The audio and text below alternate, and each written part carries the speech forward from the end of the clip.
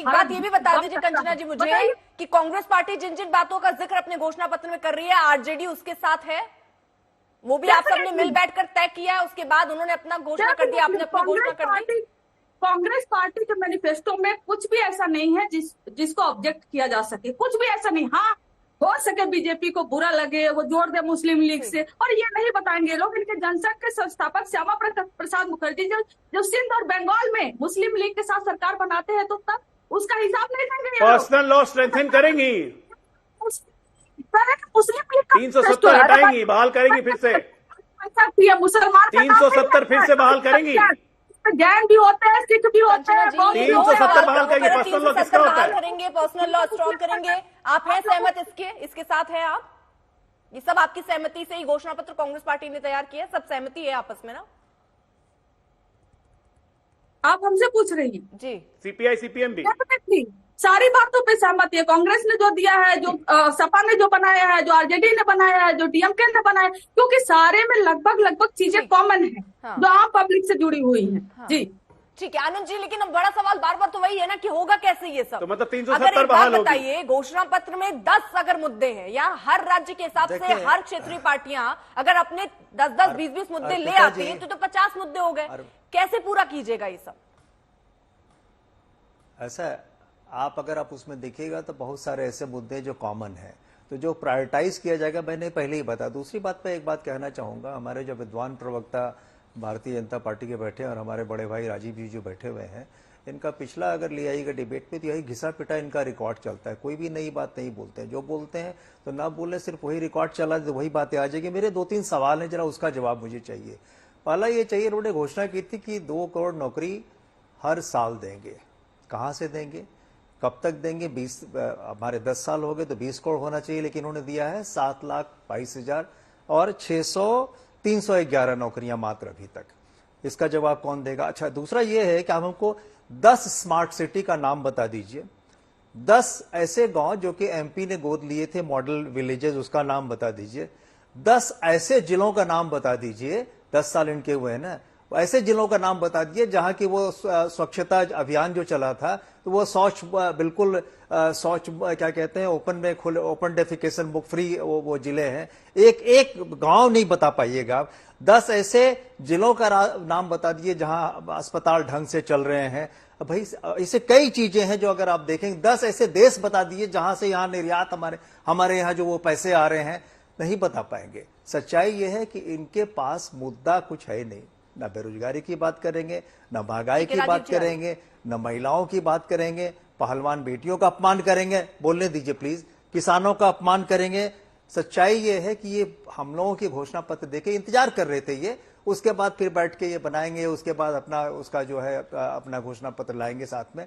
सच्चाई ये है कि बौखलाहट में ये इस सारी चीजों बातों को कर रहे हैं, और ये जो टुकड़े गैंग हर डिबेट पे बोलते हैं इन्हीं शब्दों का। आप देख लीजिए ना, कोई नया शब्द नहीं लाते हैं, यही शब्दों को लाते हैं, क्योंकि सच्चाई ये है कि ये लोग जो हैं अब इस तरह से हड़बड़ा गए हैं कि अब क्या होगा। और खास करके हमारे राहुल जी के न्याय यात्रा और राहुल जी का जो भारत जोड़ो यात्रा, तो उसके बाद इनके पांव के नीचे से जमीन खिसक गई है। और जो हम लोग चैनलों पे देख रहे हैं, जमीन पे कुछ और बातें हो रही हैं, हवा बदल रही है, फिजा बदल रही है। जो सच्चाई है, आनंद जी, मैं एक चीज जरा आपसे समझना चाह रही हूँ, राजीव जी आ रही हूँ, इंतजार कीजिए चुनाव का भी। ये जो अब की बात तड़ी पार न के 400 पार। अब ये जो मैनिफेस्टो है आरजेडी का, इसमें बहुत सारी बातें हैं, जैसे 500 रुपए सिलेंडर फिक्स करना, गरीब बहनों को हर साल 1 लाख रुपए देना, पुरानी पेंशन योजना लाना, विशेष राज्य का दर्जा। चलिए, हम अगर मैं ये 1 लाख रुपए वाली बात उठा लूं, 10 फसलों के न्यूनतम समर्थन मूल्य वाली बात उठा लूं, तो ये सिर्फ क्या ये 1 लाख रुपए इन महिलाओं को जो बिहार की उनको ही मिलेगा, या आप भी देने वाले हैं? जब अगर ये पूरी इंडिया गठबंधन बन जाती है तो सबको मिलेगा, क्योंकि अगर सिर्फ बिहार को मिलेगा तो ऐसे में हर महिला देश की तो ठगी महसूस करेगी कि तो बिहार को 1 लाख मिला, हमें क्या मिला। इसका मतलब आपने न्याय पत्र नहीं पढ़ा है। इसका मतलब स्पष्ट है कि आपने न्याय पत्र नहीं मिला है। उसमें न्याय पत्र में दिया हुआ है कि महिलाओं को, हाँ नहीं, मैं इसलिए बता रहा हूं मैं आपको कि न्याय पत्र में भी 1 लाख रुपए की चर्चा है, जिसमें स्पष्ट रूप से यह कहा गया है कि 1 लाख रुपए महिलाओं को वहां दिया जाएगा, और उनके इस बीपीएल कैटेगरी के जो है, ये भी उसमें स्पष्ट रूप से लिखा हुआ है। दूसरी बात ये भी है कि जैसे ओपीएस की बात आपको हम बता दें कि जितने राज्यों में कांग्रेस है वहां ओपीएस की घोषणा हो चुकी है। और तो हम अगर आगे भी बिहार इसको को करते स्पेशल रहेंगे। पैकेज एक बात, 60,000 आपने अब ये बता दें कि RJD ने हिस्से कहा हिस्से है। एक मिनट तो ऐसा बोलने बताइए तो ना, दीजिए हर राज्य मैडम, को फिर कितना बोलने तो special दीजिए, पैकेज तय अरे हुआ है, बोलने सर? तो दीजिए मैडम, अरे बोलते तो दीजिए, बोलने तो दीजिए हमको, पहले अपनी बात तो खत्म करने दीजिए, फिर आप प्रश्न करिए। हम ये बताइए इनको कि भारतीय जनता पार्टी हिस्सेदारी की बात करती है, कह रही है जाति जनगणना का हम खिलाफ नहीं है। ये कितने ऐसे भारतीय जनता पार्टी शासित राज्य हैं जहां इन्होंने जाति जनगणना कराई है?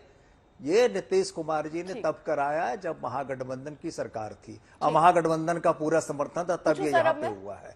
और यहां तक ये हुआ था कि भारतीय जनता पार्टी भी शामिल थी, वो आई थी डेलीगेशन लेके यहाँ पे मिलने के लिए, जिनके इनके मंत्री जो है बाहर निकल के प्रेस कॉन्फ्रेंस भी करते हैं, जो भारतीय जनता पार्टी के मंत्री थे। इनके कथनी और कटनी में बहुत का फर्क है। जो बोलते हैं ये वो कहीं दिखता नहीं है। क्योंकि ये हमेशा से बातों का सिर्फ गुलदस्ता बनाते हैं, जमीन पे कुछ नहीं दिखेगा। और सच्चाई ये है क्या जी? आप पूछूं जी, क्या पूछा? ये जो स्पेशल पैकेज 60,000 करोड़ की बात कही गई है, आरजेडी ने जो कही है, ये सिर्फ बिहार को मिलेगा या फिर हर राज्य को? स्पेशल पैकेज पे हमको याद है, देखिए ऐसा है कि ये बिहार की मांग है, और बिहार पिछड़ा राज्य है, हमारा आप सब जानते हैं। तो निश्चित रूप से एक बात और ही बता दी यहाँ पे, मतलब बाकी राज्यों बिहार में को अभी तो ऐसा दोहरी कोई आप इंजन लोगों की ने भी सरकार प्लान है। नहीं किया? नीतीश जी का जैसे राजीव डिपेंड करेगा ना राज्यों की आर्थिक स्थिति क्या, उस हिसाब से मिलेगा। नीतीश जी ये जो स्पेशल पैकेज की मांगे शुरू से कहते चले यार, उन्होंने यहां तक कहा था जो स्पेशल पैकेज देगा हम उसके साथ है। लेकिन क्या हंस रहे, सच्चाई ये है कि डबल इंजन की सरकार होने के बावजूद प्रधानमंत्री और मुख्यमंत्री एक मंच से होते हैं, एक मंच से ही मुख्यमंत्री ये बोलते हैं कि पटना यूनिवर्सिटी को, अरे सुन लीजिए ना, अरे बात ही नहीं सुनते हैं आप, बोलने नहीं देती। जब मेरी बात को तो जमीन पे गिरने नहीं देती है। भाई प्रधानमंत्री और मुख्यमंत्री एक ही मंच पे थे, और उस मंच से माननीय मुख्यमंत्री बिहार के उन्होंने ये पूछा, उन्होंने ये कहा कि भाई पटना यूनिवर्सिटी को सेंट्रल यूनिवर्सिटी घोषित कर दो, उस पर भी इनकार कर दिया उन्होंने, वो भी नहीं किया। और स्पेशल पैकेज की बात इन्होंने बिहार की प्रधानमंत्री, अब जवाब भी सुनने की आदत डालिए ना, जवाब भी सुन लीजिए।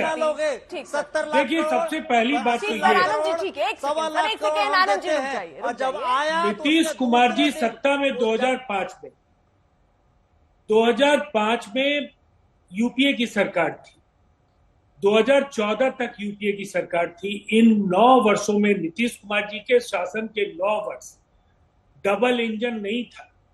ये कांग्रेस की सरकार थी, जो स्पेशल कैटेगरी स्टेटस का सवाल हो या स्पेशल पैकेज का सवाल हो। स्पेशल पैकेज और स्पेशल कैटेगरी स्टेटस तो छोड़ दीजिए, अकेले फ्रेट इक्वलाइजेशन पॉलिसी जब 50s में आया और 92-93 में जब वो खत्म किया गया, इस बीच बिहार को 2 लाख करोड़ रुपए का चपत लग चुका था। और वो कांग्रेस पार्टी की जो बिहार विरोधी मानसिकता थी, उसकी वजह से बिहार के सेस और रॉयल्टी को लेकर के, बिहार के हर 5 ईयर प्लान में जो पर कैपिटा जो डेवलपमेंट का इन्वेस्टमेंट है, उनको लेकर के जो इनके दोहरे मानक हैं, उसके सवाल पर जो बैंकों के क्रेडिट डिपॉजिट रेशियो को लेकर नीतीश कुमार जी लगातार कांग्रेस की सरकार में अपनी बात रखते रहे। स्पेशल कैटेगरी स्टेटस में इन्होंने फाइनली मना किया रघुराम राजन कमेटी के जरिए कि वो संभव नहीं है। और मैं एक बात आपको कहना चाहूंगा, इन बातों को करने का आपके पास अवसर था। एक व्हाइट पेपर जारी कर दीजिए ना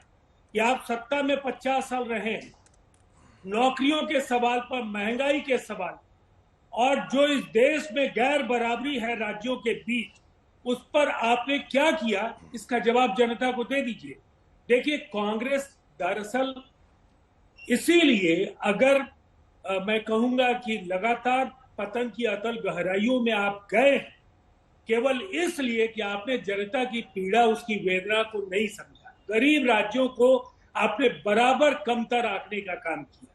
सहयोगी दलों को आपने कभी भी बराबर। राजीव जी, आप भी तो बीजेपी के साथ थे, क्या हो गया विशेष राज्य दर्जा को?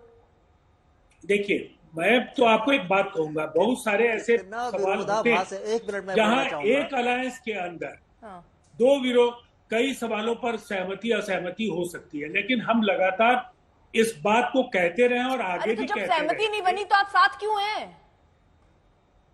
इसको नकारा उन्होंने नहीं, और साथ होने का मतलब केवल पकड़ाया हुआ है अभी, है ना सर? नहीं, अर्पिता जी, यानी साथ नकारा है। नहीं है लेकिन अभी स्वीकारा भी नहीं है। सवाल तो यही है कि आखिरकार जब आम सहमति बनी नहीं रही है तो साथ है क्यों? और ये इंडिया गठबंधन जो कि एक साथ है, इनके घोषणा पत्र अलग अलग हैं, वादे अलग अलग हैं, लेकिन इनका कहना है कि ये सब साथ है।